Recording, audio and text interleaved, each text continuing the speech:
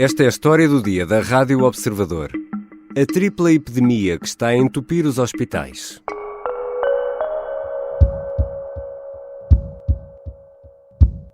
No maior hospital do país, em Santa Maria, os tempos médios de espera atingiram as 14 horas. Falava em 6 horas, agora esse número agravou, falam em 7 horas e meia, só em média de tempo de espera, e já ouvimos relatos aqui muitíssimo complicados de pessoas que estiveram muito mais do que o dobro desse tempo à espera, 15 horas até 24 horas. Já o Hospital de Santarém, a partir do meio-dia, deixou de receber doentes de ambulância. O caos instalou-se no Hospital Amadora Sintra, em Lisboa, devido à demora no atendimento dos utentes nas urgências. Os serviços de urgência têm sido muito procurados em todo o país. As reportagens das televisões à porta dos hospitais dão conta de milhares de casos de doenças respiratórias, em algumas situações com consequências graves. A meio do outono, estamos a viver os efeitos daquilo a que muitos chamam de tripla epidemia. O Ministro da Saúde, Manuel Pizarro, diz que o Governo está atento e a agir. A pressão está menor do que ontem, mas tem sido o hospital onde temos tido uma maior pressão. Aliás, diria que no essencial nós temos tido uma procura mais elevada nas urgências, que não é inesperada. É mesmo por isso que estamos a apresentar este plano de contingência, porque sabemos que na época de inverno há naturalmente maior procura de cuidados de saúde e também de procura de cuidados na urgência. Não é um exclusivo nacional. Aqui ao lado, em Espanha, as autoridades de saúde lidam com a conjugação de 3 vírus que estão a provocar doenças respiratórias, o que está a pressionar também, do outro lado da fronteira, os serviços de saúde. O VSR, o SARS-CoV-2 e o influenza, o causador da gripe, juntaram-se neste outono. Esta tripla ameaça deve deixar-nos preocupados? Como devemos lidar com estes vírus? Vou conversar com a jornalista do Observador, Ana Kotovits. Eu sou Ricardo Conceição e esta é a história do dia número 200. Bem-vinda, Ana. Bem-vinda ao episódio número 200 da história do dia. Obrigada, Ricardo. É uma honra estar aqui no episódio 200, mas digo-te já que estou com alguma tosse. Espero que tu estejas melhor. Não, eu também não estou grande coisa. Eu não sei se queres começar esta conversa a trocar doenças. Eu ontem estava pior do que estou hoje. Fiz um autoteste esta manhã, deu negativo para a Covid, mas estou aqui um pouco confuso com os sintomas. Também diria que não é gripe. Será essa coisa da VSR?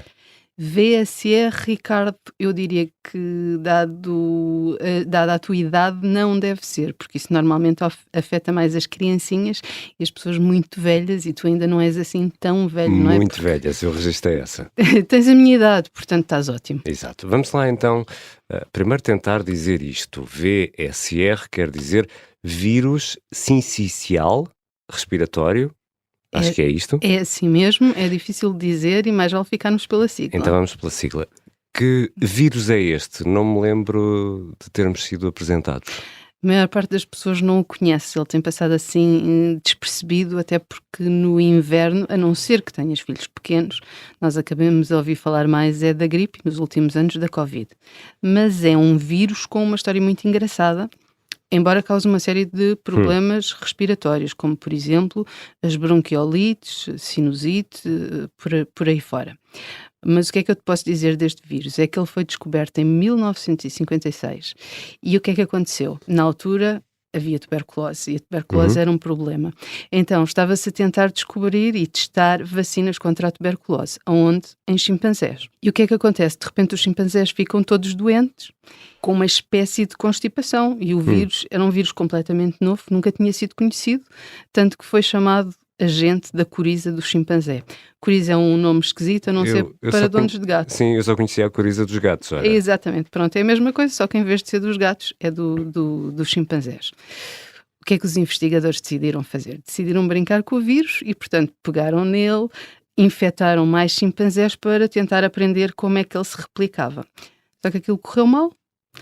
Alguém naquela equipa ficou infectado, ou seja, aquele vírus deu o salto zoonótico de animal para homem, que foi o que aconteceu com o vírus da Covid-19. Com aquele coronavírus de que já vamos falar daqui a pouco. Exatamente. E de repente tinhas vários bebés ali nas proximidades a serem infectados com este vírus. E foi assim que ele deixou de ser o agente da coriza do chimpanzé e passou a ser o VSR. E se tu quiseres podes tentar dizer o nome outra vez, eu não vou arriscar. Não vou arriscar. Vamos imaginar que é parecido com o nome daquele vulcão islandês. Mas isto tem ou não tem consequências graves? Que vírus é este? Estavas a explicar que afeta sobretudo crianças e idosos. Quais são as consequências? Tal como a gripe ou como a Covid, pode ser fatal. Ou seja, tu podes morrer depois de ter sido infectado com este vírus. Mas isso é o menos comum. O mais normal, e foi o que nos explicou o virologista Francisco Antunes, é que tanto adultos como crianças fiquem bons no espaço de 1 ou 2 semanas. O que é que normalmente acontece? Até aos 2 anos de idade, tu ainda estás a aproveitar o sistema imunitário que a tua mãe te passou. Portanto, tens ali alguma proteção, a partir dos 2 anos perdes e é quando normalmente és infectado. O que é que acontece? És infectado, ficas doente, podes ter uma bronquite, podes ter uma sinusite, uma série de coisas, mas ganhas a tua imunidade. E, portanto, daí para a frente, mesmo que sejas infectado, não te faz grande moça. É como as constipações, não é? Nós constipamos-nos várias vezes ao ano. Exato. E já não ficamos em casa por causa disso. E depois temos a gripe. A gripe normal, passados 2 anos de máscara e trancados em casa. Exatamente. A gripe normal é aquela que anda entre nós há mais tempo. Nós já temos gripe entre os humanos, pelo menos desde o século XVI, e se calhar tivemos antes, só que não tínhamos conhecimentos científicos para concluir isso. O que é que acontece? Durante 2 anos, nós estávamos vestidos dos pés à cabeça contra a Covid-19 e, portanto, a gripe não passava. E o que na altura muitos virologistas explicaram é que quando tu tens mais do que um vírus em circulação, o dominante ganha. O dominante era a Covid-19, o vírus da Covid-19. E, portanto, a gripe desapareceu, as constipações desapareceram, o VSR desapareceu. Só tínhamos Covid. Agora, o que é que acontece? A Covid já não é nova, não é? Já não vale a pena chamar-lhes o novo coronavírus, porque já é o velhinho coronavírus.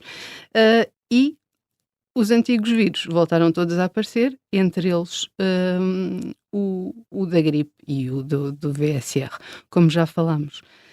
Queres saber mais coisas sobre a gripe normal? Quero só, antes disso, perguntar-te se faz sentido isto.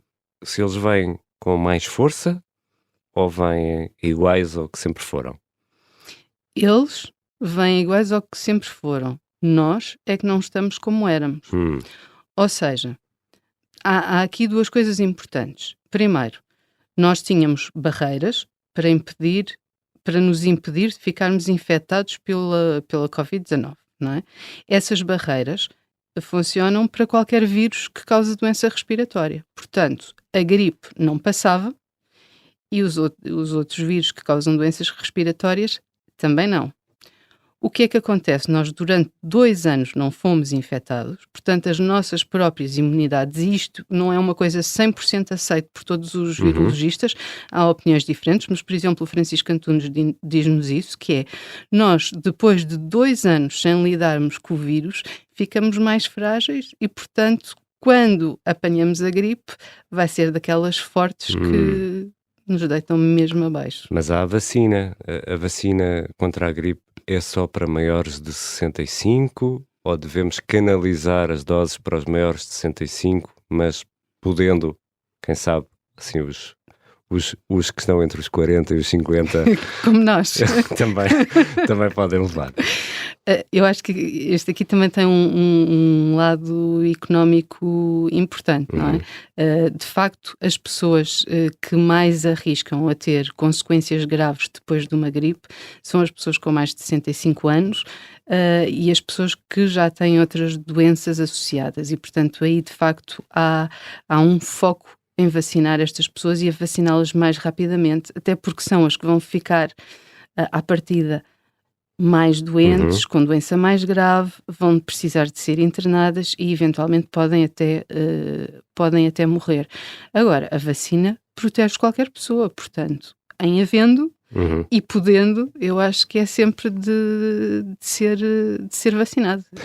E no meio disto tudo, ainda temos a Covid-19. Qual é o ponto de situação nesta altura, Ana? A Covid-19 continua a estar por aí, está por todo o mundo.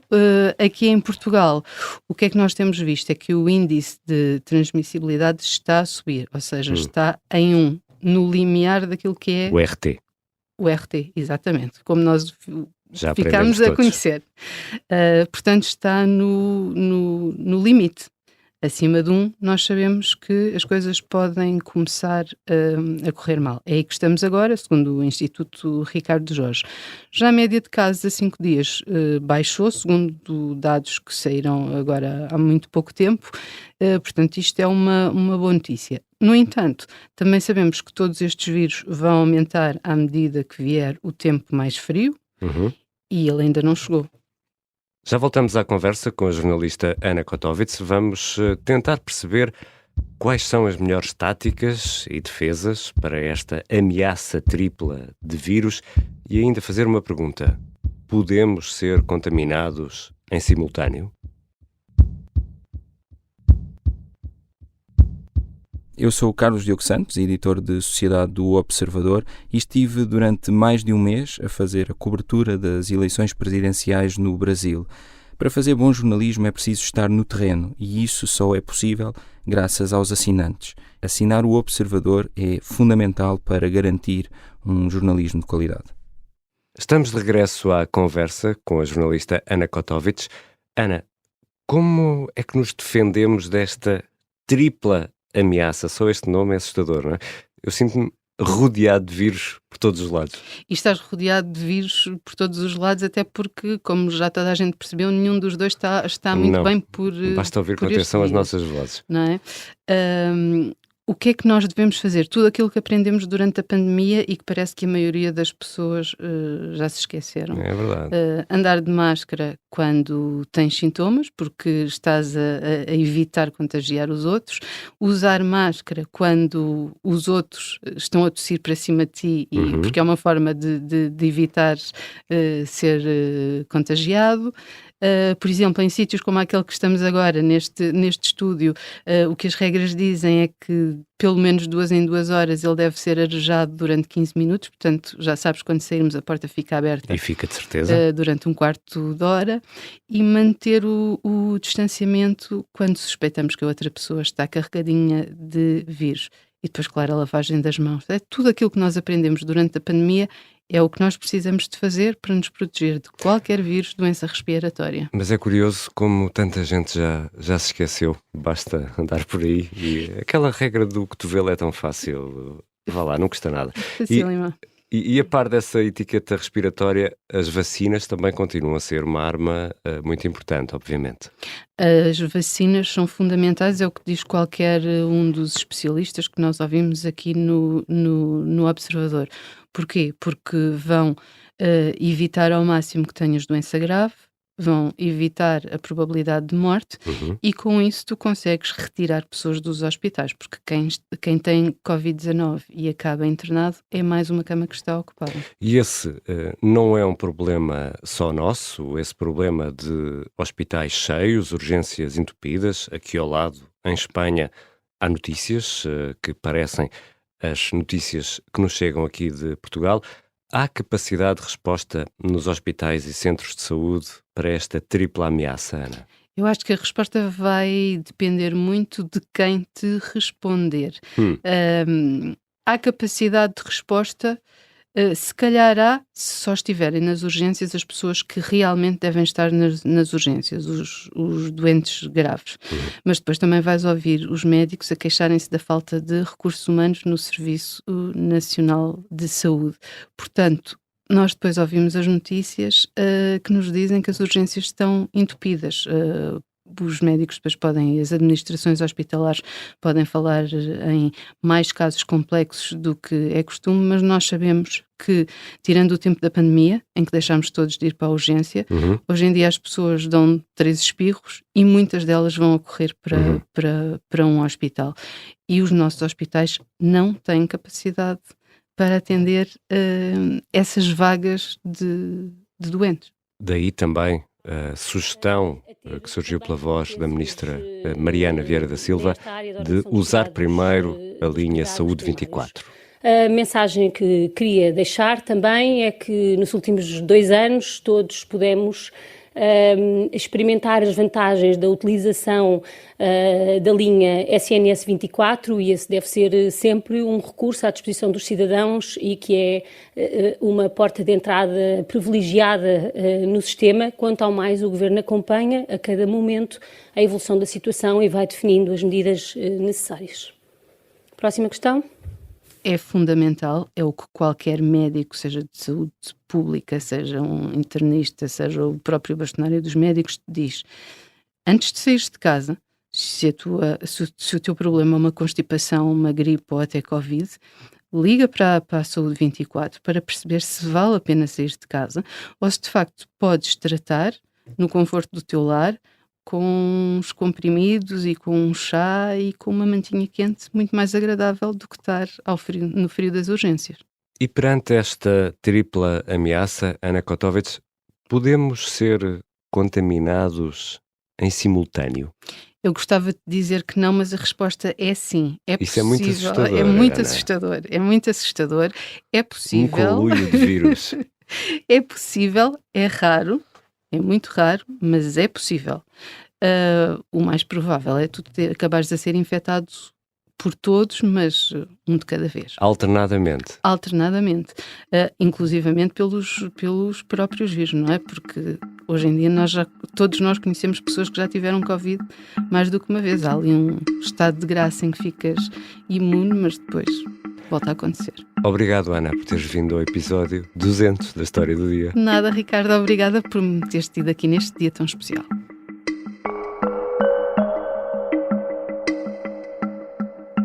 Ana Kotovits é jornalista do Observador.